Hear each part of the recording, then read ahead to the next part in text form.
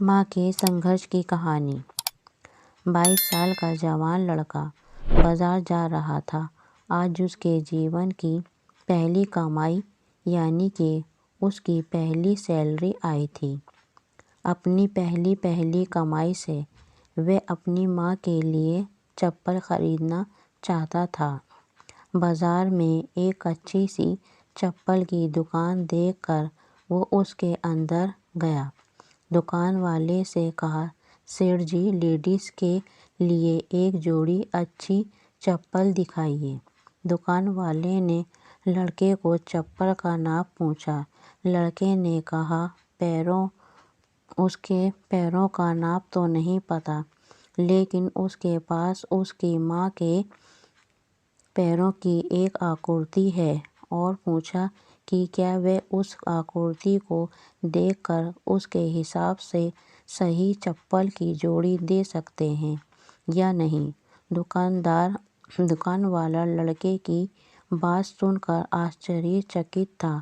دکان والے نے کہا، "ہم نے کبھی بھی اس طرح آکرتی کے حساب سے چپل نہیں بیچی، اور بھلا کوئی آکرتی دکھا کر چپل کیوں خریدے گا؟ تم خود اپنی ماں کو یہاں لے کر ان کے پیروں کا ناپ کیوں نہیں دے دیتے؟"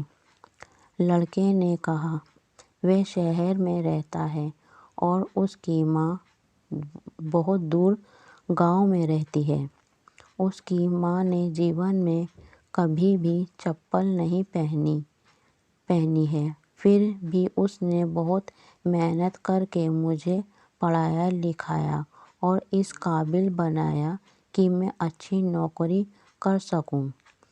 جب گھر سے نوکری کے لیے نکلا تھا، تب میں نے طے کر لیا تھا کہ اپنی پہلی تنخواہ سے سب سے پہلے ماں کے لیے چپل لوں گا۔ اس کے لیے ان کے پیروں کی آکرتی اس پیپر میں بنا لی تھی۔" لڑکے نے ایک سفید کاغذ میں بنی پیروں کی آکرتی دکان والے کو دکھاتے ہوئے کہا۔ لڑکے کی بات سن کر دکان والے کی آنکھوں میں پانی آ گیا۔ اس نے اپنے تجربے کے حساب سے آکرتی کو دیکھ کر یوگیہ ناپ کی چپل اس لڑکے کو دے دی۔ دکان والے نے ایک اور چپل اسی ماپ کی اس لڑکے کو دیتے ہوئے کہا کہ اگر ماں کی چپلیں ٹوٹ جائیں تو یہ دوسری چپلیں دوسرے بیٹے کی طرف سے انہیں دے دینا۔ لڑکا بھاوک ہو گیا اور اس نے چپل کے پیسے چکائے اور چپل کے دونوں جوڑے لے کر جانے لگا۔ تبھی پیچھے سے دکاندار نے لڑکے کو روکتے ہوئے پوچھا کہ کیا وہ پیپر میں بنی پیروں کی آکرتی اسے دے سکتا ہے۔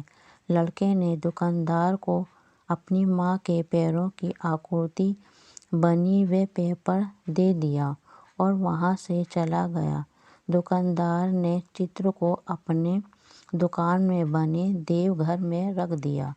دکان میں کام کرنے والے کرمچاری یہ دیکھ کر حیران تھے۔ انہوں نے دکاندار سے پوچھا، "انہوں نے کسی مہیلا کے پیروں کی آکرتی کو بھگوان کے مندر میں کیوں رکھ دیا؟" دکاندار نے کہا، "یہ کسی سادھارن مہیلا کے پیروں کی آکرتی نہیں ہے، یہ ایک بہت ہی مہان ماں کے پیروں کی آکرتی ہے، جس نے اس لڑکے کا اتنے اچھے سنسکاروں سے پالن پوشن کیا۔